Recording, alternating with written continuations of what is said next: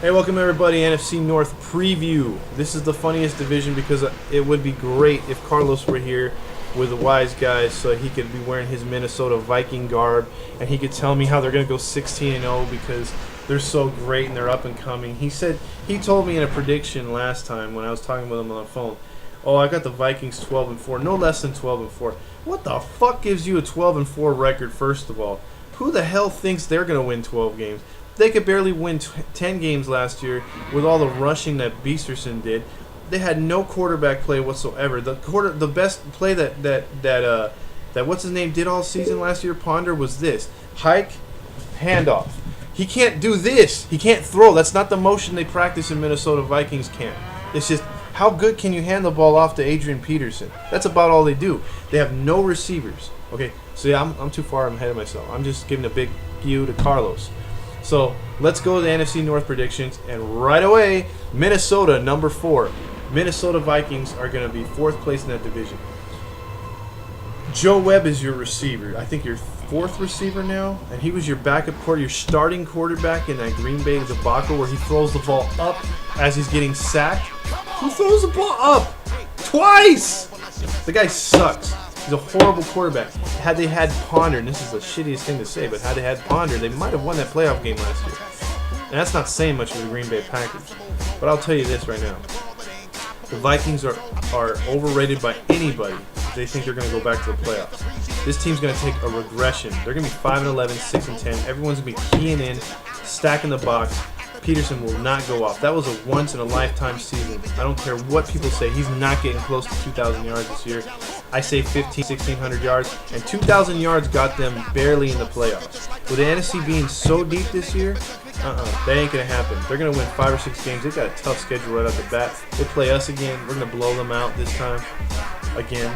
So I'm just telling you, Vikings, 4th place. Frazier might get fired. Ponder's definitely gone. That guy's going to suck. You're going to see Matt Castle before the end of the year. That's for damn sure. You're going to see that homeboy like in week 9, week 10. And we all know how good Matt Castle is away from the New England Patriots. 4th place Vikings. Spent way too much time on this. Let's go to the 3rd place team. Chicago Bears. The most uninspired, I don't give a shit quarterback in the league by far is Jay Cutler. This guy, you can't light a fire under his ass. He has the I don't give a shit attitude. He doesn't care. He's not a leader. You need your quarterback to be a leader. This guy is nowhere near. And then I've heard the coach is putting in a new, they're saying how Cutler would scan the field and go back to pass and just like look for receivers, scan, then throw. Now they're saying they want a more quick release, like find a decision and throw.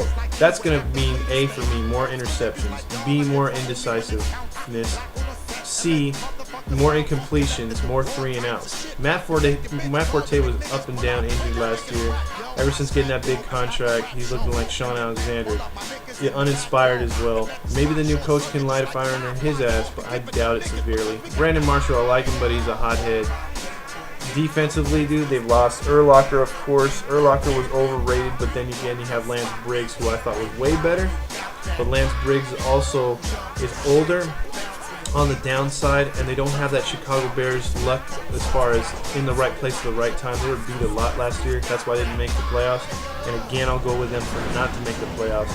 I give the Bears 7 wins this year. I don't see them doing much more than that. That moves me on to Detroit as your number 2 team. Reggie Bush, unlike what Carlos says, oh, he was going. Dude, Reggie Bush did good with Miami with a bad offensive line. And he did good in New Orleans on a team that passed a lot. And he wasn't your everyday running back. He wasn't a guy that's going to grind it out. He's not that style. But for Detroit with a spread and with a run and shoot type offense, he's perfect.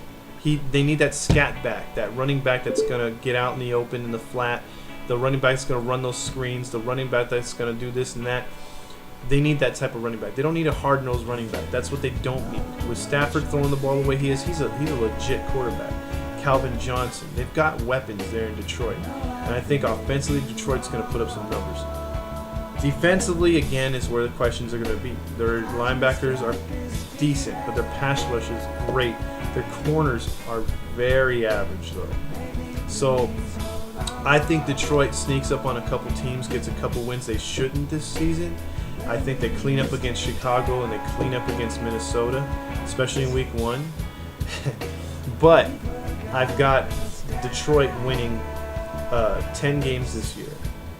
And I got them tying the Green Bay Packers, but I think the Green Bay Packers win on division. I know I've said that about another division, but I think it's true in this division.